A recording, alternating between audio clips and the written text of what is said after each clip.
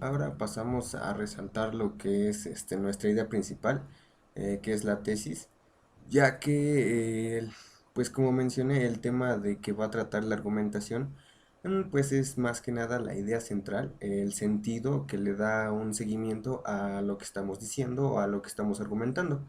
Es como solidificar una base para que en la cima de esa base pues esté nuestra idea central.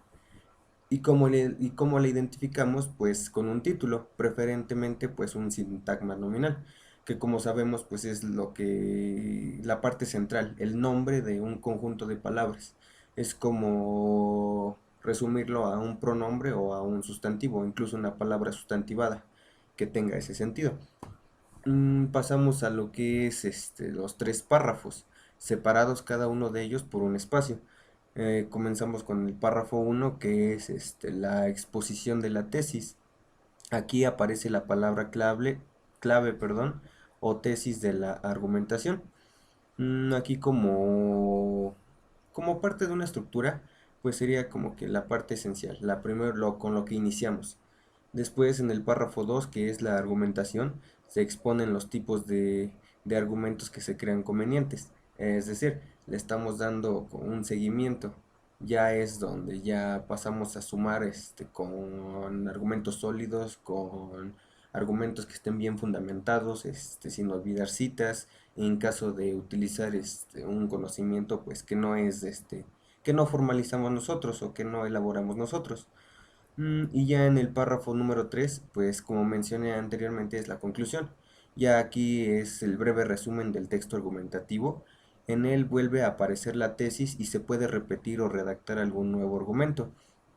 Es por eso que al momento de ya haber dado nuestra idea y haberla apoyado con argumentos sólidos y coherentes, pues ya al final en lo que es el párrafo 3, que corresponde a la conclusión, ya podemos hacer, mm, no un resumen, porque como tal es un aprendizaje o una enseñanza que este texto argumentativo me dejó desde el momento en el que planteamos nuestra opinión o nuestra postura.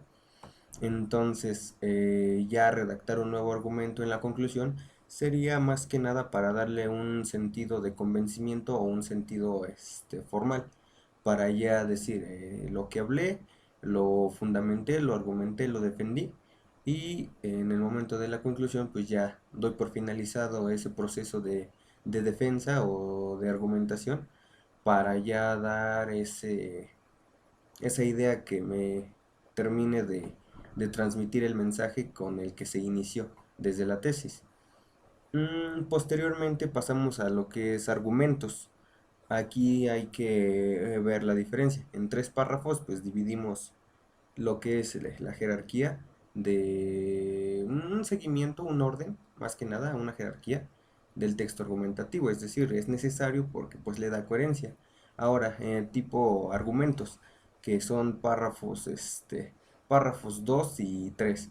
En los dos argumentos a favor, dos argumentos en contra, hay un cierto equilibrio. Es decir, tenemos ahí nuestra tesis en el centro, mientras por una parte vemos los puntos que pueden apoyarla y por otra parte vemos los puntos que la refutan, pero no por ser más lógico o más creíble para nosotros quiere decir que un argumento es más fuerte que otro. No, aquí tenemos un balance, dos argumentos a favor, dos argumentos en contra.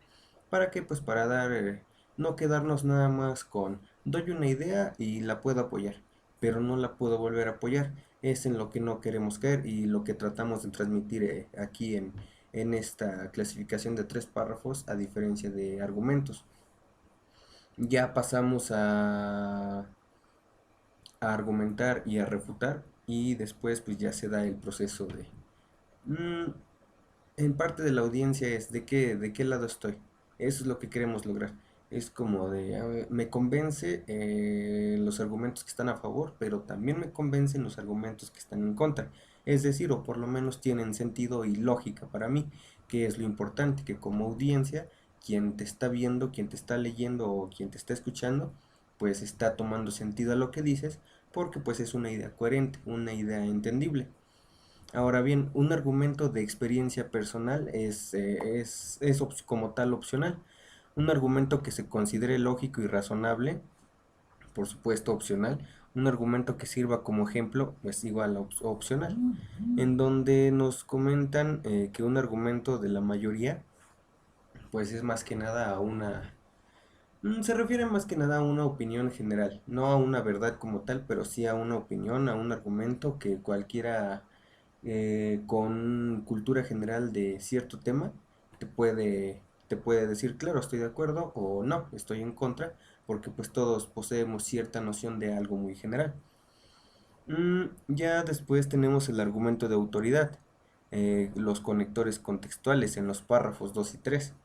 Ya el argumento de autoridad, como mencionaba anteriormente, cuando se apela al sentido de autoridad, ya es un argumento en donde más que nada es como una regla. Es decir, un argumento de autoridad ya yo te estoy diciendo cómo es. No te lo estoy poniendo en sentido créelo o no créelo. Es más que nada un argumento que nos ayuda a reforzar ese sentido de verdad. ¿Por qué? Porque como tal, un argumento de autoridad pues es una indicación. Es más que nada una afirmación tipo indicación y tipo regla. Es decir, pongamos un ejemplo en una receta. Estás leyendo una receta en formato ya, digamos, pasamos una receta a Word y tenemos que reforzar cada paso que digamos con evidencia. Entonces, un argumento de autoridad es como esto se hace así y a la vez lo estás viendo, es decir, lo estás creyendo. Es una indicación que se te está presentando, pero resumida a una idea. Los conectores contextuales, pues más que nada ya nos ayudan a terminar todo este proceso, a unir las ideas, porque pues una idea siempre va a ser completa, pero para poderla conectar con otra idea y tener coherencia en tu texto argumentativo, pues tienes que tener palabras de por medio que funcionen como conectores y que le continúen dando esa coherencia, que es el sentido de esta exposición.